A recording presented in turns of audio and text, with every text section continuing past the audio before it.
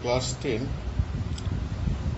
দেখো তোমাদের যে রাশি বিজ্ঞান হচ্ছিল ওই রাশি বিজ্ঞানের 351 পাতা, মানে এটা কোন নম্বর চ্যাপ্টার হবে?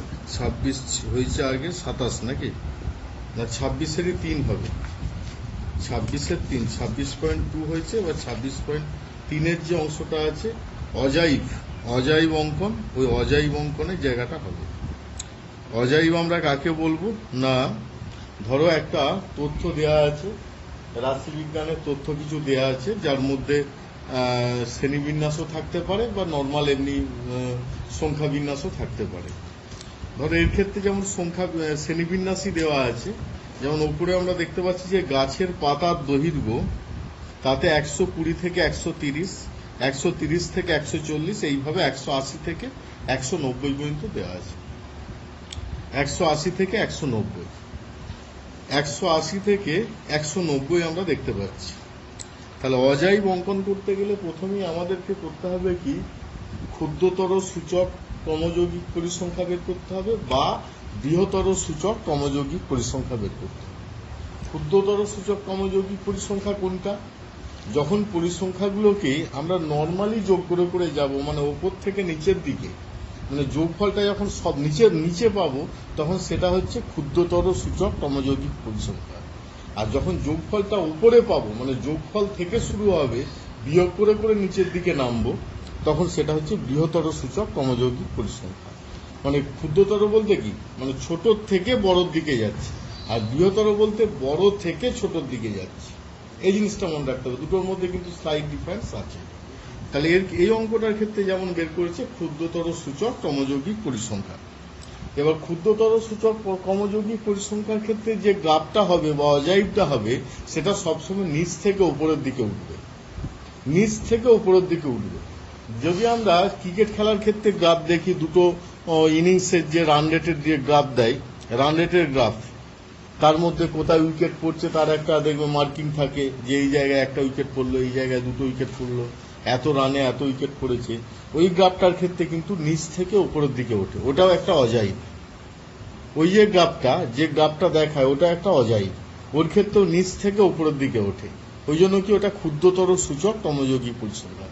রান নিশ্চয় মানে কম থেকে বড়র দিকে যাবে, নিশ্চয় বেশি একটা রানের টার্গেট তার থেকে কমে কমে আসবে না, তো তার থেকে কমে কমে আসবে যদি দ্বিতীয় ইনিংসের খেলাটার ক্ষেত্রে ওপরের দিক থেকে গ্রাফ করা হয়। মানে ধরো প্রথম ইনিংসে যারা গ্রাফ তৈরি করেছে, প্রথম ইনিংসে ধরো অস্ট্রেলিয়ার একটা গ্রাফ তৈরি হয়েছে, সেটা ক্ষুদ্রতর সূচক ক্রমযৌগিক পরিসংখ্যা। ধরো পরের ইনিংসে ইন্ডিয়া ব্যাট করছে, তখন সেক্ষেত্রে বৃহত্তর মানে নিচের দিকে গ্রাফটা আঁকা যায়, কিন্তু আঁকা হয় না, কারণ ওভারটা প্রথম থেকে শুরু হয় বলে আঁকা হয় না। ওভারটা তো সে 1 থেকে শুরু হয়।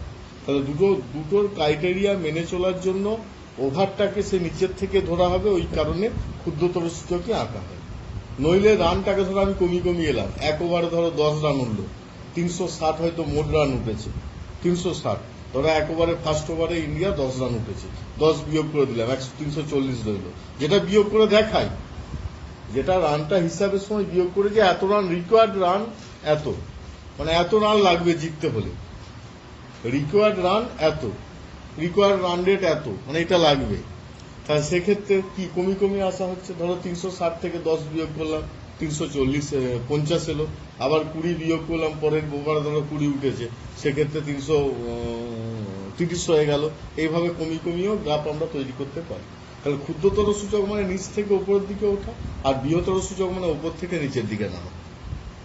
এই অঙ্কটার ক্ষেত্রে গাছের পাতার যে দৈর্ঘ্য, তার যে পাতার সংখ্যা দেওয়া আছে, ধরো 120 থেকে 130 মিলিমিটারের মধ্যে আছে 4টি পাতা, 130 থেকে 140 মিলিমিটারের মধ্যে 6টি পাতা, 140 থেকে 150 মিলিমিটারের মধ্যে 10টি পাতা, এভাবে আছে। তো তাহলে গাছের পাতার দৈর্ঘ্য এইদিকে লেখা হয়েছে, আর ডান দিকে হচ্ছে ক্ষুদ্রতর সূচক ক্রমযৌগিক পরিসংখ্যা লেখা আছে। এখানে দেখো 120 কম মানে কিছু আছে কি এখানে? 120 থেকে 130 আছে 4টি, 130 থেকে 140 আছে 6টি, কিন্তু 120 কম কিছু আছে কি? নেই তো। তাহলে 120 কম নেই যেহেতু, ওই জন্য কি শূন্য, ওই জন্য শূন্য। এবার তারপর বলছে 130 কম, 130 কম কোনগুলো? এই যে 4টে পাতা যেটা, ওটা তো 130 মধ্যে আছে, ওই জন্য 4 হলো। 140-এর কম যখন বলবো তখন এই যে 6টাও 4-এর সঙ্গে যোগ হয়ে যাচ্ছে, ওই জন্য 6-এর 4-এ 10 হলো। তাহলে এইভাবে যোগ করে করে যাব এবং পাবো কি ক্ষুদ্রতর সূচক ক্রমযৌগিক পরিসংখ্যা। এবার এই পরিসংখ্যাটার ক্ষেত্রে আমরা একটা কি অঙ্কন করব, একটা অজাইব অঙ্কন করব। অজাইব অঙ্কন করতে গেলে আমাদেরকে করতে হবে কি, স্থানাঙ্ক তৈরি করতে হবে। কারণ আমরা এক্স অক্ষ ওয়াই অক্ষ যেহেতু নেবো, তাহলে এক্স অক্ষ বরাবর এবং ওয়াই অক্ষ বরাবর দূরত্ব নিতে হবে, যাতে করে কি একটা স্থানাঙ্কের মতো আসছে। ধরো আমরা লেখচিত্র আঁকার সময় কি করতাম, এক্স অক্ষ বরাবর স্থানাঙ্কটাকে ভুজ, ওয়াই অক্ষ বরাবর স্থানাঙ্কটা বা ওয়াই অক্ষের সমান্তরাল স্থানাঙ্কটাকে কোটি ধরা হতো। তাহলে এখানে ভুজ আর কোটি নির্ণয় করতে হবে। তাহলে এদের মধ্যে কোনটাকে ভুজ কোনটাকে কোটি ধরবো। ধরো নিচের দিকে যেগুলো থাকবে, যে 120, 140, 130, 150, 160, 170, এগুলো যে এক্স অক্ষ বরাবর নেওয়া হচ্ছে। এক্স অক্ষ বরাবর এই ছবিতে দেখতে পাচ্ছি 120, 130, 140, 150, 160, 170, 180, 190। তাহলে এগুলো হচ্ছে উচ্চ সীমা। উচ্চ সীমা মানে যেটা উচ্চ সীমা বলতে ধরো যে শ্রেণীটা দেওয়া আছে তার উচ্চ সীমাগুলো 140, 130, 140। কারণ কি 130-এর কম বলছি, 120-র কম বলছি, তার মানে কি উচ্চ সীমাটাকে নেওয়া হচ্ছে। তাহলে উচ্চ সীমা। আর এই বরাবর ওয়াই অক্ষ বরাবর নেওয়া হচ্ছে ক্রমযৌগিক পরিসংখ্যা, ক্ষুদ্রতর সূচক ক্রমযৌগিক পরিসংখ্যা, মানে যেটা আমাদের বের করা হয়েছে 0, 4, 10 করে যেটা বের করে আমরা রেখেছি, তাহলে সেটাকে হচ্ছে ক্রমযৌগিক পরিসংখ্যাতে ধরা হচ্ছে।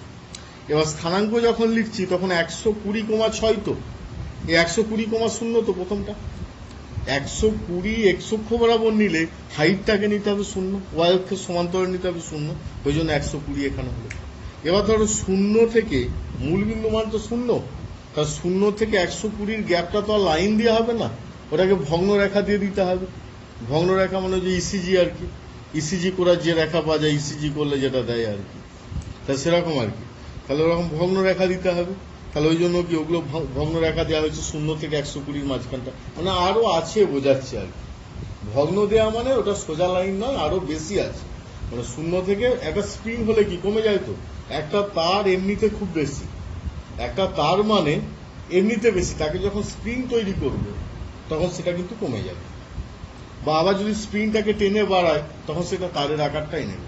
সেরকম এখানে ভগ্ন রেখাটা দেওয়া মানে বেশিটাকে কম করে দেখানো, বেশিটাকে কম করে দেখানো হয়েছে। তাহলে 120 হলো, তারপরে 130, 140 এইভাবে নেওয়া হয়েছে।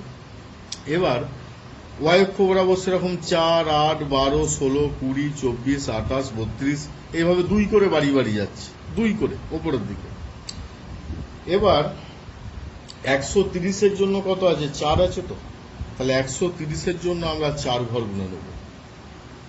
130-এর জন্য আমরা 4 ঘর গুনে নেব। 130-এর জন্য 4 ঘর গুনে নিচ্ছি। 4 ঘর গুনে নিলে আমাদের এই জায়গায় পাচ্ছি, 130-এর জন্য 4 ঘর মানে এই জায়গায় পাচ্ছি। আবার 140-এর জন্য ক ঘর নেব, 10 ঘর নেব। তাহলে 140-এর জন্য 10 ঘর নিলে এই জায়গায় পাবো।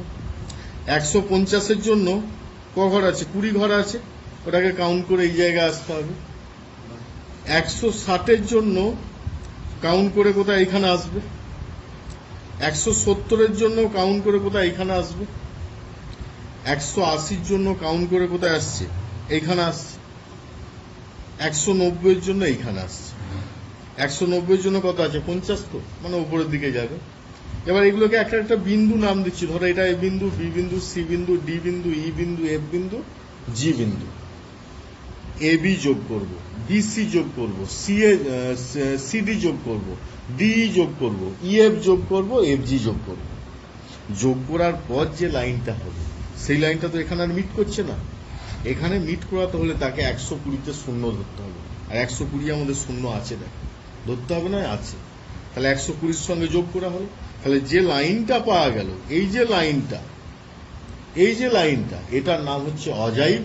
এবং অজাইবটা কোন কন্ডিশনের উপর অঙ্কন করা হয়েছে, ক্ষুদ্রতর সূচক ক্রমযৌগিক পরিসংখ্যার উপর অজাইবটা অঙ্কন করা হয়েছে।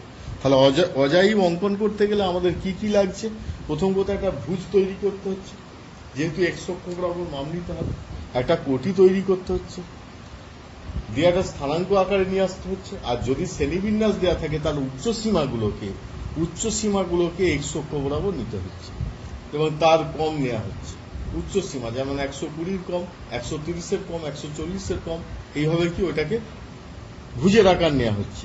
আর ক্ষুদ্রতর ক্রমযৌগিক পরিসংখ্যাটাকে ওয়াই অক্ষ বরাবর নেওয়া হচ্ছে, নিয়ে স্থানাঙ্কগুলোকে বসানো হচ্ছে গ্রাফ পেপারে, সেই স্থানাঙ্কগুলোকে বসিয়ে আমরা অজাইবটাকে অঙ্কন করছি। ঠিক আছে, তাহলে এইভাবে আমরা অজাইব অঙ্কন করতে পারবো। পরের অঙ্কগুলোর ক্ষেত্রে করা যাবে। এগুলো ক্ষুদ্রতর গেল। পরের অঙ্কটাতেই বৃহত্তর সূচক ক্রমযৌগিক পরিসংখ্যা, ওই অঙ্কটার উপরই আঁকা হয়েছে। দেখো, বৃহত্তর সূচক ক্রমযৌগিক পরিসংখ্যা 352 পাতা, আগে 351 পাতা হয়েছে, এবার হচ্ছে 352 পাতা। 352 পাতার অঙ্কটাই বৃহত্তর যখন করা হচ্ছে, দেখো, যখন আমরা বলবো 120-র বেশি একটা অঙ্কের ক্ষেত্রে, যখন আমরা বলবো যে এটা হচ্ছে 120-র বেশি, ধরো আগের পাতায় চলে এসো, 120 থেকে 140, তাই তো? 120-র বেশি মানে এগুলো সব তো 120-র বেশি যখন বলছি তখন কি এগুলো সব আছে তো? 4, 6, 10, 14, 6, 6, 6, তাহলে এগুলো সব যোগ করে কত? 50 পাওয়া যাচ্ছে। ওই জন্য কি 120-র বেশি যখন নিচ্ছি তখন সেটাকে আমরা 50 লিখছি। এবার কি 130-এর বেশি, 130-এর বেশি মানে 120-র ঘরে যেটা ছিল, 120 থেকে 130-এর মধ্যে যেটা ছিল সেটা বাদ চলে যাবে। ওই জন্য কি 4 বাদ যাচ্ছে, আবার তারপরটায় 6 বাদ যাচ্ছে, এইভাবে কমে কমে এক সময় শূন্যই আসছে। 190-এর বেশি কিছু নেই, শূন্য আসছে। এবার ধরো এটা করতে গেলে বিয়োগ করাটা একটু শক্ত হয়ে যাবে। আমরা ওই কারণে কি করব, প্রথমটাকে যেমন আছে 120-র বেশি, 140-এর বেশি, 150-এর বেশি, এইভাবে 190-এর বেশি লিখে নেব, যে শেষ থেকে ওপরের দিকে উঠবো। ওটা যেমন ওপর থেকে নিচের দিকে নামছিলাম আগেরটার ক্ষেত্রে, এরকম এর ক্ষেত্রে শেষ থেকে ওপরের দিকে উঠবো। ধরো 0 হলো, তারপরে 4 হলো, তারপরে 10 হলো, তারপরে 16 হলো, মানে শেষ থেকে ক্রমযৌগিক পরিসংখ্যাটাকে উল্টে লিখে নেব। ক্ষুদ্রতর ক্রমযৌগিক পরিসংখ্যা যেটা ছিল সেটাকে উল্টিয়ে লিখে নেব। যেমন সেই 9-এর ঘর নামতা লেখার মতো আর কি। 9-এর ঘর নামতা লিখতে গেলে কি কি লেখা হয়? প্রথম 0 লেখা হয়, তারপরে 1, 2, 3, 4, 9-এর ঘর নামতা ধরে এখানে আমরা লিখতে চাইছি। প্রথম 0, 1, 2, 3, 4, 5, 6, 7, 8, 9। আবার উল্টো দিক থেকে আমরা লিখছি 0, 1, 2, 3, 4, 5, 6, 7, 8, 9। 9-1-কে 9, 9-2-এ 18, 9-3-এ 27, 9-4-এ 36, 9-5-এ 45, 9-6-এ 54, 9-7-কে 63, 8-9 72, 9-9 81, 9-10-এ 90। ঠিক আছে, তাহলে কি 9-এর ঘর নামতা হয়ে গেল। সেরকম এখানেও আমরা এটাকে যদি আমরা ক্ষুদ্রতর সূচক ক্রমযৌগিক পরিসংখ্যা বলি, তার উল্টোটা হবে বৃহত্তর সূচক ক্রমযৌগিক পরিসংখ্যা। ঠিক আছে, তাহলে ক্ষুদ্রতর সূচক ক্রমযৌগিক পরিসংখ্যা যেমন হলো, বৃহত্তর সূচক ক্রমযৌগিক পরিসংখ্যা আমরা নির্ণয় করতে পারি তার উল্টোটা। তাহলে ওইভাবেই করা আছে। তার এবার ছবি আঁকতে গিয়ে কি কি ধরা হচ্ছে, যেগুলো নিম্ন সীমা 120, 130, 140, নিম্ন সীমাগুলোকে আমরা, এখানে সে উচ্চ সীমাই লিখেছে, নিম্ন সীমাগুলোকে আমরা, কারণ এটা নিম্ন সীমা ধরা হচ্ছে, নিম্ন সীমাগুলোকে আমরা ভুজ বরাবর নেব। আর ক্রমযৌগিক পরিসংখ্যাগুলো, বৃহত্তর সূচক ক্রমযৌগিক পরিসংখ্যাগুলোকে আমরা ওয়াই অক্ষ বরাবর নেব।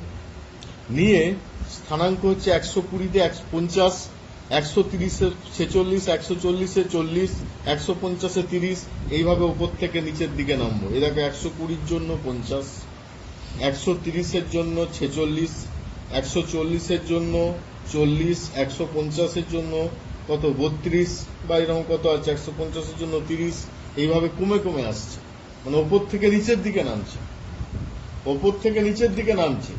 দিয়ে যে গ্রাফটা পাচ্ছি সেটা কি বলা হবে অজাইব, এবং কার উপরে? বৃহত্তর সূচক ক্রমযৌগিক পরিসংখ্যার উপর।